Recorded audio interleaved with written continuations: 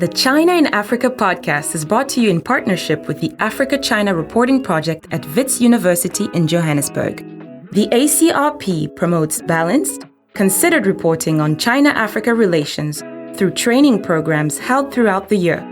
More information at africachinareporting.com.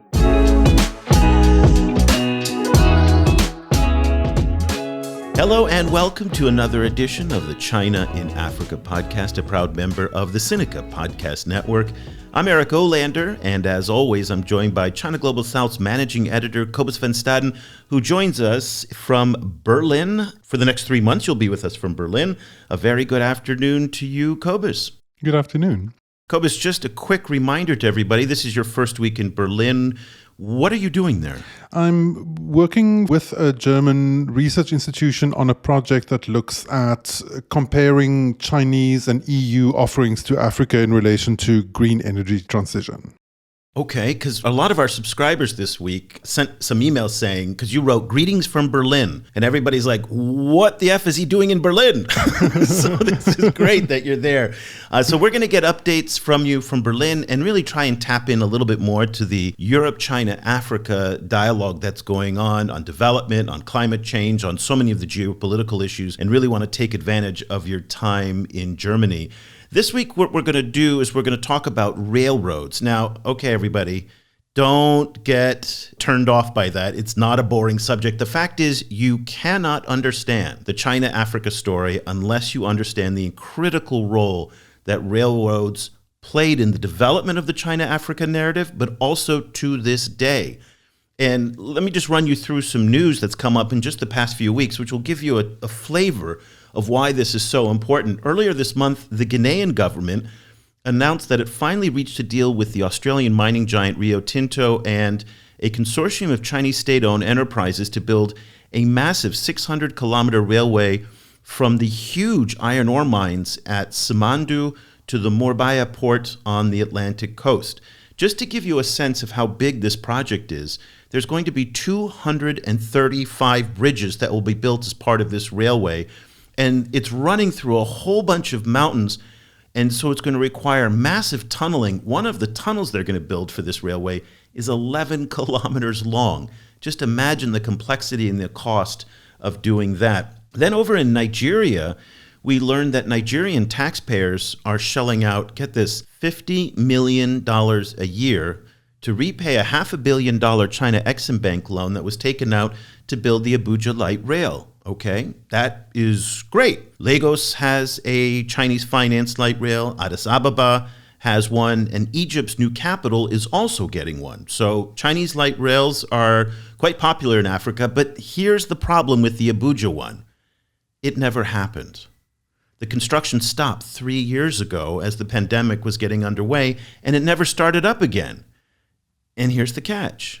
They borrowed the money from the China Exim Bank, a total of $500 million out of $823 million to pay for this light rail. And the China Exim Bank says, you owe us the money, it's time to pay up. So what an incredible waste of money, but $50 million a year, especially now when times are so difficult in Nigeria, to think that $50 million is just going out for nothing. On a more positive note, Kenya and Uganda are now looking to raise $6 billion of new financing to extend the standard gauge railway from Naivasha in the Rift Valley, and that's in Kenya, all the way to Malaba on the border with Uganda. Now, I think it's phase 3 of the standard gauge railway that back in 2008, the Chinese said, you know what, we don't want any part of this. This is not for us. So they stopped financing it all the way up to Naivasha. But there's been this dream of connecting East Africa, the DRC in particular, Rwanda, South Sudan, all connected with Uganda and Kenya, and even I think connecting up with the Tanzanian standard gauge to have this beautiful rail network. The dream is still there. No one's really sure where they're going to come up with $6 billion. William Ruto, the president, says he's going to ask China for some of that money. And you got to think to yourself, Cobus, does this guy not know anything about what's going on? Because the Chinese have made it abundantly clear that they do not want to finance more standard gauge railway development in East Africa. Nonetheless, Ruto says he is going to make that request, and we're going to see that railway eventually go from Mombasa all the way to the Ugandan border with the DRC, Rwanda, and South Sudan. That's the plan. Okay, so let's see if that happens. And then last one I just want to bring your attention to is one that we've been talking about on the show for several months now. That's the Lobito corridor in Angola that connects the cobalt and copper mining belts in Zambia and the DRC with the port of Lobito on the Atlantic coast. Now, this is going to be refurbished. It's a 1,200-kilometer railway, and it's going to be refurbished with a $250 million financing package from the U.S. Development Finance Corporation. This would be the first time that the United States actually steps into the railway sector in Africa, I think ever. I'm not entirely sure if they've never done it, but certainly in our memory. It's a little bit odd, this whole deal. I say we've been writing about this a lot in our daily coverage, and it doesn't make a lot of sense to us, in part because part of the motivation is to divorce the United States and China from each other in the critical mineral supply chain. So the United States wants to kind of break free from Chinese dominance in this, but there's a little bit of a catch because the lead contractor on the refurbishing is none other than the Portuguese construction giant Moto Engil. Now, Moto Engil is a company that is third owned by a Chinese state-owned enterprise. So there's Chinese presence there. The Chinese also will tell you that they are thrilled that the United States wants to pay for this because when the cobalt and copper eventually makes it to the Atlantic coast, where's most of that going to go? It's going to be picked up mostly by Chinese ships and taken where else? To Eastern China for processing because there's really nowhere else to process cobalt other than in China. So a little bit weird on that one. But Cobus, at the end of the day, so much of the railway development that we're seeing in 2023 in many parts of Africa, okay, certainly Guinea and Angola being a great example of that, certainly looks a lot like it did back in 1823 when the Europeans were building railways from the mines to the ports. I mean, to me, that just feels a little bit depressing. Yes, I think the point that we've made many times has been that in a lot of ways, trying to help African countries to refine those metals in their own countries would be the bigger game changer. But here we are. But at the same time, one also has to say that African countries do really want rail. And, in a lot of ways, railways are kind of a sign of modernity. And certainly the massive expansion of the rail network in China has become one of the most, kind of dominant symbols of Chinese development. And obviously African countries are listening, as are global south countries in other regions too, where China is also building a lot of rail, for example, in Southeast Asia. In the first place, I think people want to feel modern and they want to feel that they're developing, but there's also a lot of other issues involved in relation to, for example, green transportation and just generally people's right to mobility without having to own a car themselves. And so all of these factors are plays well in a kind of a narrative of modernization in which China is now exhibit A of rapid modernization. Well, one of the major talking points in Chinese propaganda that they use a lot to talk about their railway initiatives in Africa is that since 2000, Chinese companies have completed more than 10,000 kilometers of railway lines in Africa. And if that's true, again, I've never added it up, but it sounds somewhat true. That's very impressive. And in many respects, too, they have broken the wall that was set up by the colonial powers where railways of one gauge went to the border and then stopped, and then railways of a different gauge picked up the line from there. And so you didn't have the cross-border railways that we have now from Ethiopia to Djibouti, for example. So that's very exciting. But the timing of our conversation about railways is perfect because there's a brand new book that just came out, Africa's Railway Renaissance, The Role and Impact of China. And we're thrilled to have two of the four authors on the show with us, old friends of our programs. Tim Zajontz is a lecturer in international relations and global political economy at the University of Dresden and also a research fellow at the Center for International and Comparative Politics at Stellenbosch University. A very good afternoon to you, Tim. Welcome back to the show. Hi, Eric. Hi, Cobus. Good to be with you again. It's wonderful to have you, and a thrill to have Mandira Bagwandeen back again with us as well. Mandira, again, like Tim, is an old friend of the program. He's been on the show a number of times. She's a senior researcher at the Nelson Mandela School of Public Governance at the University of Cape Town. A very good afternoon to you in Cape Town, Mandira. Hi to you both. Thanks for having me again. It's great to speak with you. Also, I just want to give a little hat tip to your co-authors. Yes. Eric Cobus, who's a professor of geography and the director of the Masters in Development Practice at Trinity College in Dublin, and Anthony Lasons, who is an associate professor of politics at Stellenbosch University in Cape Town. They were not able to join us, but we want to make sure that they get their due credit for their role on the book. Tim, let's start with you. I laid out the premise that railways are an indispensable part of the China-Africa story. The title of your book is The Role and Impact of China on Africa's Railway Renaissance. Maybe you can give us the 10,000-meter view of what that impact is, for better and for worse. Yeah, well, that's a huge question, obviously. And I think you gave a brilliant introduction already, Eric, showing how complex Chinese involvement in Africa's railway sector actually is. Obviously, the headlines that make it into the news, or the topics that make headlines in the news, are very often related to some of these contradictions that both your media outlet has covered in a very nuanced manner, but also many other media and also us scholars are obviously interested in. One of them being the question of railway debt, the question of the economic feasibility and actually viability of some of these projects. You have touched upon a few of these examples already, but the complexity is even wider, I suppose. And this is something that we try to investigate in this book, which actually is, as you know, an edited volume. So it is actually not only us four, the ones you introduced, but also several other experts and colleagues of ours who have joined in and who have, in the end of the day, provided a multidisciplinary analysis. So it's not only political scientists or economists. We have had scholars joining who are historians. We have contributors who are anthropologists who have done very, very much micro-level research on some of these projects. And in the end of the day, because you wanted to have a 10,000-meter picture, the finding is in many ways that China's impact and China's role in Africa's railway sector and Africa's railway renaissance, as we call it, is again highly complex, and it is determined and co-determined by actors and factors on various levels of governance. And this goes, as I said, from the micro level all the way to the macro level. At the macro level, obviously, questions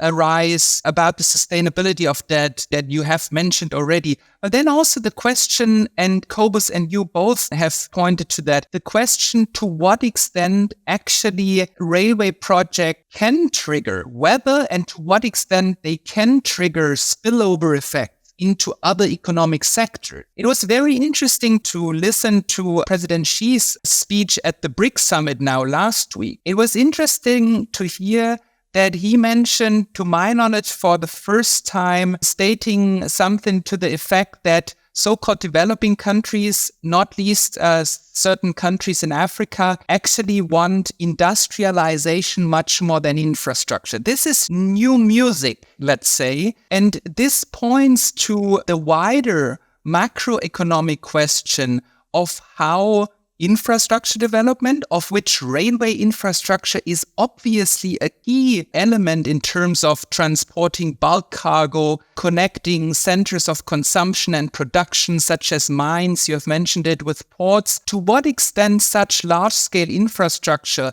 interrelates with broader structural transformation in African economies. And this, of course, is then a question at the macro level. And we have tried to put some of these puzzle pieces together in that really, I think, diverse edited volume that touches upon various of those actors. One last sentence. We do not say that this book obviously can cover Africa's railway renaissance comprehensively. That would be sort of a Sisyphean task and too wide of a task. But we do try, and we did try, to shed light on various dynamics at various levels of analysis.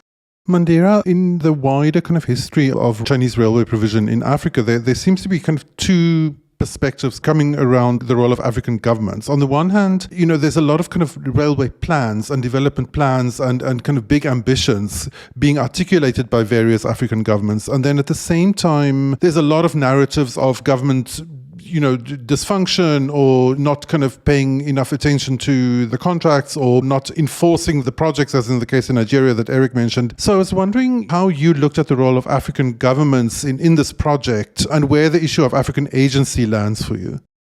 Thanks, Cobus. Yeah, that's definitely a very important question and one that my chapter in the book tries to deal with. And I think just to first start off with the big railway plans and big ambitions, and, that ties in with the African Union's Agenda 2063. And we've seen that at a continental level, at a regional level, and at national level that various plans have been drawn up. And obviously, modern railways, especially if you're thinking about building standard gauge railways, require massive, massive amounts of finance. And it seems that the Chinese have definitely filled this need, and African countries have willingly turned to China. In my research, a few of the officials that I interviewed said they did go to Western creditors and Western institutions, but they made it incredibly laborious and, quite time consuming. And the need to really get these rail tracks laid and cargo running, for economic development, economic growth was important. So the turn to China made it, it seemed like China was willing to step up given the experience with building railways. And given that the construction and railway companies did need new markets, they were operating already in quite a saturated domestic market in Africa, provided a very good market opportunity.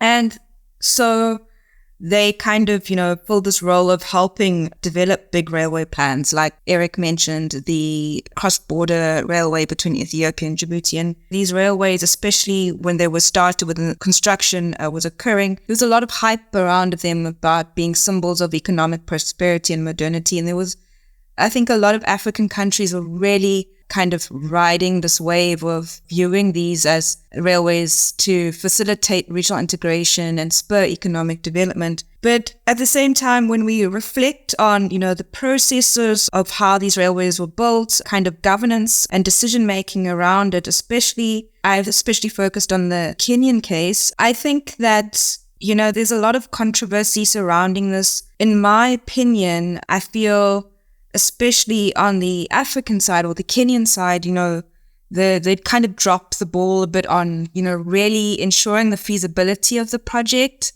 given the size of the economy, the debt levels, and really carrying out their due diligence. And that's something my chapter really kind of tries to drive home, is that while African countries are really desperate need of railways, not just because, for green energy transitions and their more environmentally form of transport, but essentially for their structural economic transformation, it needs to be done in a very measured and thoughtful manner, because from my research, the meter gauge, if it was just refurbished and modernized and updated, it would have done the job for the next 10, 20 years, before you would have considered upgrading to standard gauge. So I think it was a bit premature for the Kenyans to go for such a big railway project, given the size of the economy and the debt stress that they're under. I also, in my research, found, politics came into play, leaders wanting to show that they were developmental conscious, as well as kind of using these railways as kind of political advertisements for campaigns and things. So there's a lot of research that needs to go into really exploring who are these railways for, I think. Is it for getting political votes, or is it really for the citizens? And I think there's a bit of a dichotomy that needs to be explored. Well, speaking of that debt in Kenya, which is very central to this question, Kenya's total public debt now is north of $70 billion. And Kenya, according to the Financial Times, spends about $10 billion a year on debt repayments. A lot of it does go, in fact, to China to pay for the standard gauge railway loans that are now coming due. Tim, this brings up this question that Mandira touched on in terms of whether or not this makes sense. And I know a lot of countries in Uganda, Tanzania, Kenya, go down the line, think that railways are the sign of modernization and they're absolutely essential. And that's the same thinking out here in Southeast Asia. However, there is a school of thought led by Kenyan economist David Ndii, who is now an advisor, by the way, to Kenyan President William Ruto, who says that this is a complete waste of money, that spending the billions of dollars to build railway would be much better spent in human development, education, healthcare, maternal care, and all these things. And that's what Southeast Asia in many respects have done. And David N.D. compares the economic trajectory of where I am in Southeast Asia, which is still largely agrarian, doesn't have a lot of railways, has not industrialized, but has had better economic performance than most African countries. Now, again, we cannot do a one-to-one comparison. There are countless variables between these two regions. But it does raise the question that have people drunk the development Kool-Aid and saying, well, of course, if we're going to modernize, we have to have a railway. And so then they go out looking for money. The West said, nah, we're not interested in funding railways. The IMF, the World Bank said, nope, not for us either. And there was a time when China said, you want a railway? My gosh, we've got extra capacity, as you guys wrote in your book. We'd love to give you a railway and the loans that come with it. Does that logic make sense today when we see so many African countries under such economic distress? Does spending billions on railways make sense versus spending billions on human development? Yeah, I mean, this is really the $100 million question. And or $6 billion question in the case of Kenya. Exactly, in that case, yes. And I think there is no black or white answer to it in the sense of one being able to give an answer universally. I think on the one hand side, there is obviously research in economics that clearly documents that certain so-called hard infrastructure, including transport infrastructure, and as Mandira has mentioned already, railways on land remain the most efficient, in most contexts, the most efficient and cheapest way of transporting, particularly bulk cargo. The problem I see is that, and this is something that we have seen for the last 10, 15 years with the emergence of what some of our colleagues, Seth Schindler, for instance, at the University of Manchester, has called infrastructure-led development, was that belief that basically if one puts in large-scale infrastructure, including railways, which are obviously, as Mandira mentioned, capital-intensive and expensive, incurring large-scale costs and basically binding large amounts of public budgets, which could be used differently, as you suggest, Eric. There was this belief that basically by putting in large-scale infrastructure, there would be some mysterious spillovers or trickle-down effects and automatic effects in other sectors of the economy. And I think this is where policies need to be evaluated and also corrected in the sense of putting in railways and putting in large-scale infrastructure does not result automatically in diversification of an economy. It needs to be accompanied by industrial policies and also by targeted investment. This investment can be foreign investment, but it needs to be very targeted in the sense of increasing productive capacities, investing in value addition within the African region. And if this is complemented by prudent and, as Mandira called it, thoughtful decisions on infrastructure, then we see basically synergy effects arising. And this is in many ways the history of many so-called late developing countries in the 1980s and 1990s, where basically infrastructure development was really matched with prudent and targeted industrial policies. The opposite would be putting in place railways that in many ways prolong certain dependencies, not only in terms of the debt, we have discussed the debt extensively, but also in terms of the routing of railways and the spatial political economies that particularly colonial railways have reinforced. You know, the interland port connectivity to basically support racialized exploitative extractivism. If this is the pattern that is continued by basically putting in railways that connect again mines to ports without anything of those products being actually used on the continent or value added on the continent, we might argue that with the African railway renaissance, in such cases, we see history repeating itself with the same spatial patterns in terms of geographical patterns of those railway projects, connecting mines with ports and not much value addition, if any value addition at all, happening on the continent. And I think this is really the qualified answer to your question. Yes, investment in large-scale infrastructure, including railway, is absolutely necessary for diversifying African economies, yet it needs to be complemented by a prudent industrial strategy. And also, and this is something obviously that we also discuss extensively in the book, by really regionally well-coordinated railway projects. And this, unfortunately, is also something that has been lacking in Africa's railway renaissance. Mandira, speaking, I think, kind of East Africa particularly kind of is a great example of that particular issue. I wonder if you could talk a little bit about all of these dreams of an integrated East African rail network and the realities of actually making that happen.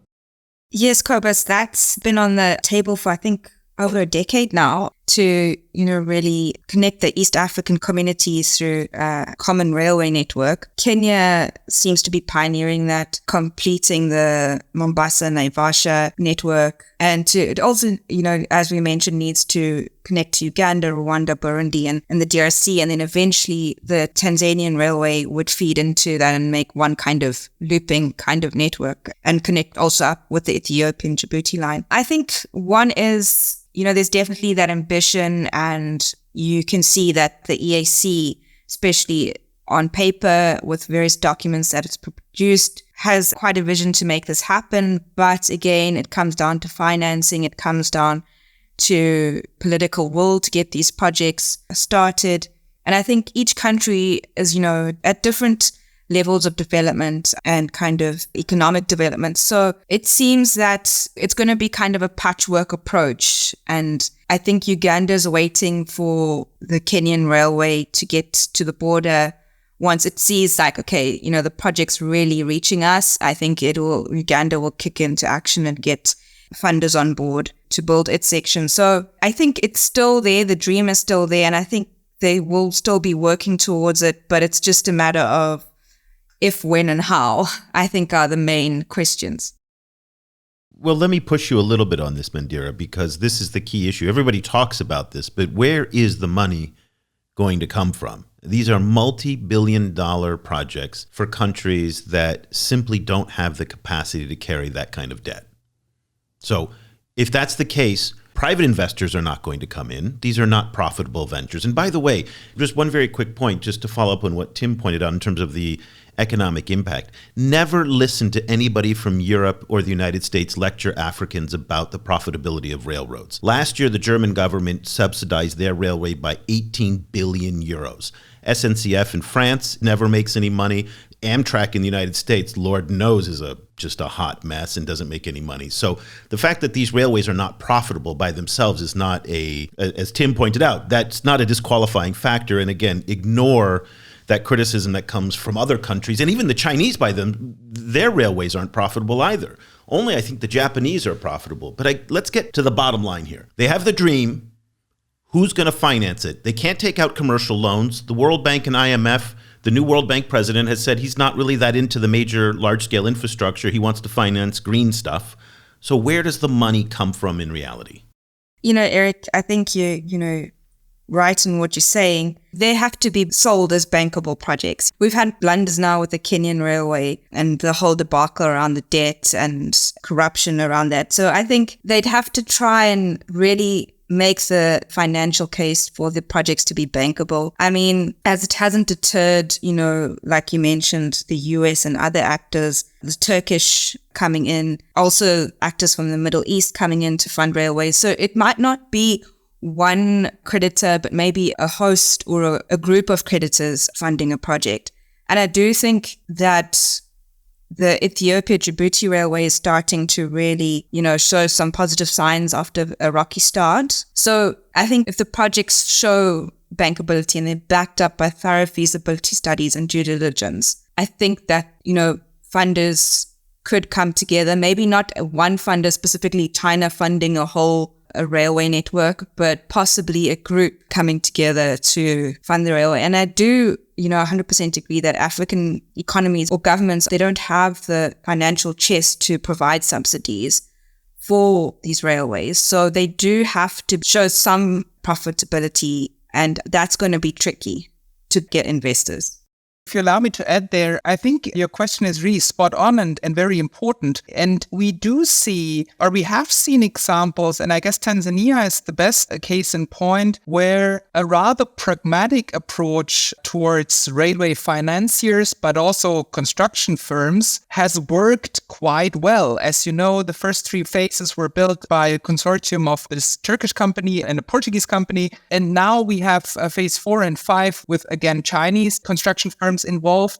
And all this has actually over the years been funded through Tanzania's budget. So it does work, but, and this is what Mandira mentioned already, these projects need to be based and coordinated regionally and based on feasibility studies. And this is something where some governments have been pushing ahead with what one can call railway nationalism without proper coordination, which project design is most feasible. Because as soon as you coordinate and have a regional railway master plan, and this is what has been lacking in most sub-regions in Africa, basically proper enforceable railway master plans, which give a priority list of projects, instead of basically building railways with a scattergun approach, really targeted railway projects that are coordinated, which then in the long run will basically become economically viable. Obviously, only in the long run. You rightly point out that in Western countries, but also in China, a lot of these projects take a long time to be feasible, if at all. But I think an investor would always, and even any policy bank is in that case an investor, would look down to the numbers. Can this borrower pay back that loan? And for that to be the case, these projects actually need to make economic sense and need to basically increase productive capacity as well, or work towards increasing productive capacity, because then basically it does make more economic sense. Just to add what Tim mentioned earlier, like it has to go in tandem with industrial development. Like you can't build these railways and then just expect them to magically make money without having servicing industrial areas or transporting cargo. For them to flourish, they have to be embedded in a kind of a dynamic industrial environment. And I think you're seeing that, you know, with Ethiopia's special economic zones and hubs and trying to do that. But it's definitely going to be, you know, kind of quite it's a long-term project. So I think just to kind of build on Tim's point and reiterate that, you know, the railways can't be just put in place without kind of industrial environment to support their growth. Just as a final question, and you know, I'd love to for both of you to kind of weigh in on this. One of the factors I think that fed into the profitability of railway infrastructure in Japan, and I think this is also true for Hong Kong, is that the Japanese government ended up helping to financing some of it by selling commercial real estate rights to around and above the stations. So many of the station buildings in Tokyo are these huge buildings, particularly in Shinjuku, you know, kind of with many floors above and, you know, thousands of shops and frequently also below. And of course, I think that does offer a certain level of, or it does offer an interesting model, but it's also very much based on certain Japanese realities. So both Tim and Mandira, do you see any kind of African specific kind of ways of pulling in other sectors or other ways of fostering local kind of energy to make this kind of sets of infrastructure more profitable? Yeah, I don't see the Japanese example really flying in many African contexts besides really rapidly growing urban places such as Lagos, but certainly also Dar es Salaam, Tanzania, which will grow immensely in the next 20, 30, 40 years. But both of these cities, for instance, do have major real estate bubbles already. So I don't see this is the Japanese context in the sense of really densely structured urban spaces where there's little space. So basically the railway firms owning land close to the railway tracks would be able to raise money and revenues like that by selling real estate. I don't see that happening anytime soon in many African contexts. But I think the key is indeed to, especially in those countries where we have rehabilitated railways now or greenfield projects such as in Kenya or in Tanzania, to basically for governments try to attract really targeted investments in productive capacities. What do I mean by those economist terms? By really questioning, and this depends, of course, on the economic structure of the economy. If we are talking Katanga, DRC, or Zambia, which is obviously very dependent still on mining, the question would be, okay, how can we use the current infrastructure that is in place or new infrastructure to be put in place? How can we use it to attract investments in, let's say, value addition in the mining value chain, for instance, in those countries, or Tanzania, Kenya, in the agricultural sector? So now having these railways in place, which is really a benefit for an investor, because investors take their decisions, do I have access to affordable, reliable bulk cargo means of transportation? So these countries do have that now. And of course, we are still hoping that along the northern corridor beyond Kenya, that this project does continue into Uganda, South Sudan, and Congo. Then it is really up to national governments, but also up to the regional economic communities to incentivize investments along these railway routes by saying, look, you are now with your investment so close to a specific railway line, it becomes really easy to export and import, but also to produce here, to add value here, to do light manufacturing, to do assemblage in our country. So I think now having some of these railways in place, they need to be integrated again in an industrialization strategy and really sort of also used to attract targeted investment. And of course, special economic zones are sort of one methodology that can work. We have also seen they don't necessarily work, but they can work. And having a railway in place is certainly a convincing argument for an investor who is looking for investment outlets. And of course, Chinese firms are interested in moving some light manufacturing out of China because of rising costs within China. So Chinese investors could basically be attracted by saying, listen, there is a railway now. It has even been built and financed by China.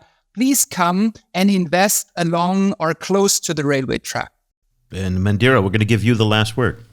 Yeah, I agree with Tim. I don't think we're going to see, the type of strategy that the Japanese have used. I think what's come out of the discussion is not viewing railways in isolation, but viewing it as part of a coherent industrialization strategy. And I think that a lot of discussion now, especially with the AFCFTA, has focused on, building regional value chains in Africa and connecting them to global value chains. And I think the big plan needs to be, how do we ensure that railways or the use of railways are integrated in building regional value chains across the continent, and which kind of value chains would they best work in? So would it be along the building renewable battery value chains where you need them to move commodities from mines to refineries? So the focus needs to be on, really, how do we make sure that railways don't, suffer the legacy of colonial railways, that these modern railways really are here to serve a long-term purpose.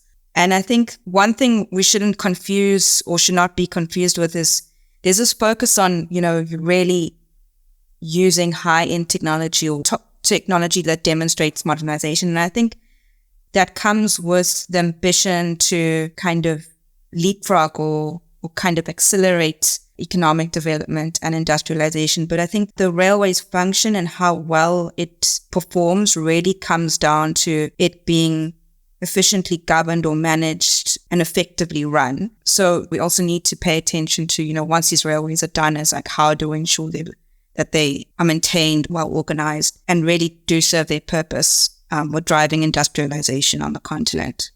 The book is Africa's Railway Renaissance, The Role and Impact of China. It is available on Amazon. You can get it as a Kindle. Cobus, you're going to hear me complain yet again about the lunacy of academic pricing. It's just tragic to me that they do this. $170 for a hardcover book. Oh my God. So I guess if you're in some university library somewhere, I'm hoping that they can have it. The Kindle's at $42, so that's more reasonable. It just pisses me off to no end that this is the way the world works. I know it's not your fault. It's just insidious, though. But two of the authors of this wonderful book, Tim Zajontz, who's a lecturer in international relations and global political economy at the University of Dresden, and also a research fellow at the Center for International and Comparative Politics at Stellenbosch University in lovely Cape Town, South Africa, and Mandira Bagwandeen, who is a senior researcher at the Nelson Mandela School of Public Governance at the University of Cape Town. Tim, Mandira, thank you so much for joining us. Just before we go, one of the traditions that we have on the show is lots of people want to follow up with you and connect with you. Tim, I know you are on X. That sounds weird to say, okay? But let's just go with it. Where can people find you on X? My handle is @Zajontz. Zajontz is a bit complicated, but it's basically TZAJONTZ. Okay. And Mandira, I'm not sure. Are you on social media? I am, but I'm not on X. I have a social media cap. I don't think I can take on X, but you can find me on LinkedIn. Okay. I will put links, and I'm doing this now in the show notes now because everybody was asking me to put the LinkedIn links. So every week now, you'll find the LinkedIn links of all of our guests, including Tim and Mandira. You are a very wise woman, by the way, for not being on X. So I do commend you for that. So Tim, Mandira, thank you so much for taking the time to join us. Congratulations on the book. And it was so wonderful to speak with you again. Thanks, Eric. Thanks, Cobus. Thank you, Eric. Thank you, Cobus. Cobus, I'm so glad that Mandira and Tim brought up this question of regional value chains, because this is something that we hear a lot about coming out of academics and think tanks. But the reality, though, of regional value chains in most parts of Africa is that it is still a fantasy. The fact is that going from South Africa to Berlin, where you are, is easier than it is to go from South Africa to the DRC or elsewhere in many cases, in terms of visas, border controls, and all of the taxation issues. Let's go down the line on different things like that. And African governments have not taken the steps to make it so that, as Mandira pointed out, that you could have a battery metal value chain where country X does the mining, country Y does the processing, and country Z does the exporting. That would be amazing. Our friend Jude Moore over at the Center for Global Development in Washington, D.C. has been talking about regional electricity markets, where country like Kenya is very wealthy in electricity, especially renewable electricity, thermal, solar, all of this, and they could be exporting electricity to other countries and for distribution and dissemination. So we don't see that happening, though.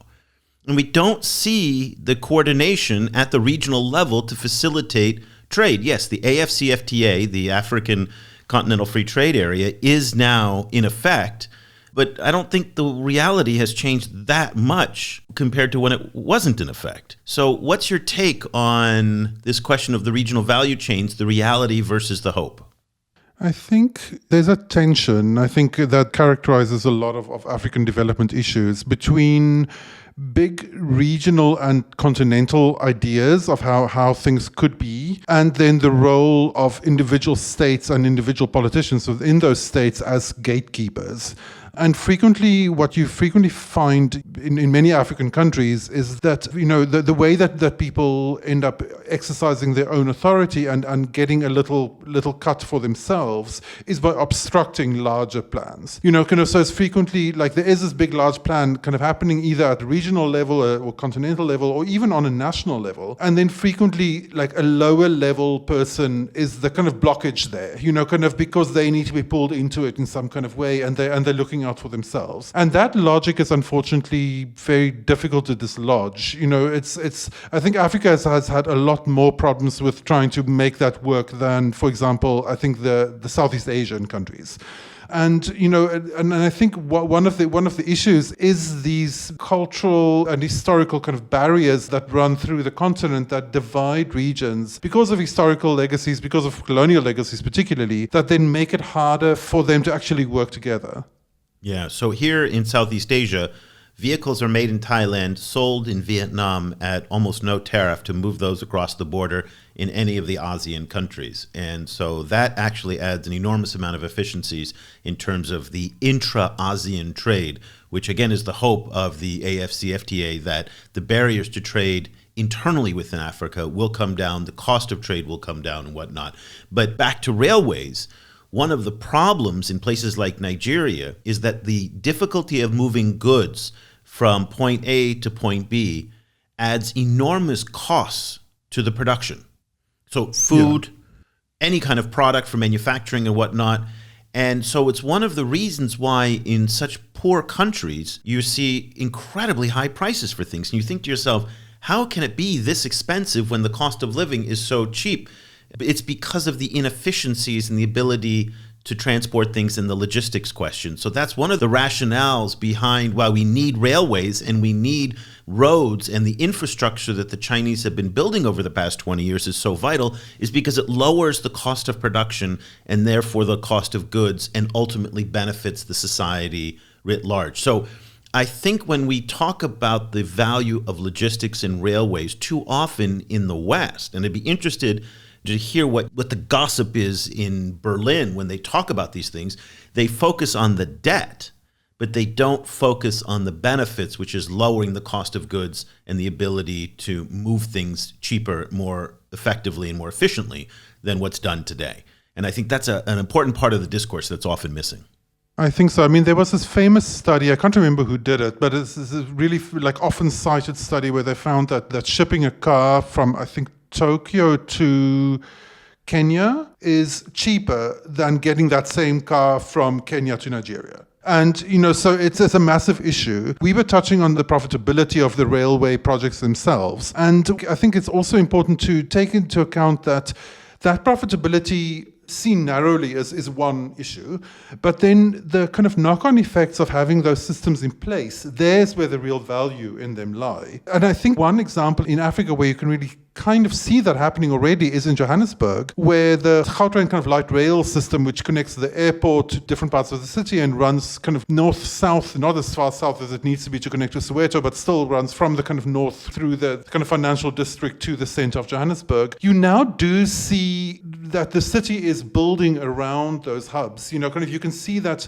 10 years ago, those weren't necessarily such kind of happening suburbs as where they are now, where there's suddenly big apartment buildings coming up, and where one of their selling points is it's close to the station. It is possible to do, but there's a lot of moving parts there. And the thing with South Africa, of course, is that South Africa has a much more diversified economy than many other African countries. So I think there lies one of the big challenges. And that is also what is starting to happen now along the standard gauge railway in Kenya. Naivasha in the Rift Valley is starting to become a commerce hub and a shipment hub. And so the value of the property and the railroad goes up when that kind of activity is there. By the way, everybody, I want to bring your attention to our website and a fascinating article by a young Chinese graduate who graduated from Columbia University this spring, Zhang Haotian. And upon graduation, he treated himself to a trip to East Africa and to ride the old railways, the Tazara Railway, and then also the new railway, the standard gauge railway in Kenya. And he took some amazing photos and wrote an incredible travel log. It's entitled An Unforgettable Journey on East Africa's Chinese-Built Railways, Old and New. It's on our website. I'll put it in the show notes. It's a wonderful complement to the discussion that we've had because in many ways it humanizes what we've been talking about in the geopolitics, the economics, the finance, the debt. And at the end of the day, these are railroads moving people and goods in many respects, but a lot of people. And I cannot recommend Hao Tian's wonderful piece enough. Again, it will be in the show notes. Let's leave our conversation there. Again, if these are the topics that interest you, and we know that if you stayed this far into the podcast, it definitely has interested you, you will definitely appreciate the work that Cobus and the rest of the China Global South team are doing every single day to produce really the world's most cutting-edge content on what China's doing in the Global South. We do it in Arabic, French, and English. Your support of our work helps us do this, and we couldn't do it without you. And so if you would like to support what we're doing, go to ChinaGlobalSouth.com/subscribe. Memberships are very affordable. If you are a student or teacher, we'll give you half off. So just email me for the links, and I'll turn those around to send them to you right away. Eric@ChinaGlobalSouth.com. So Cobus and I will be back again next week with another episode of the China in Africa podcast. Until then, thank you so much for listening. The discussion continues online. Tag us on Twitter @ChinaGSProject and visit us at ChinaGlobalSouth.com. If you speak French, check out our full coverage at projetafriquechine.com and AfriqueChine on Twitter. That's Afrique with a K. And you'll also find links to our sites and social media channels in Arabic.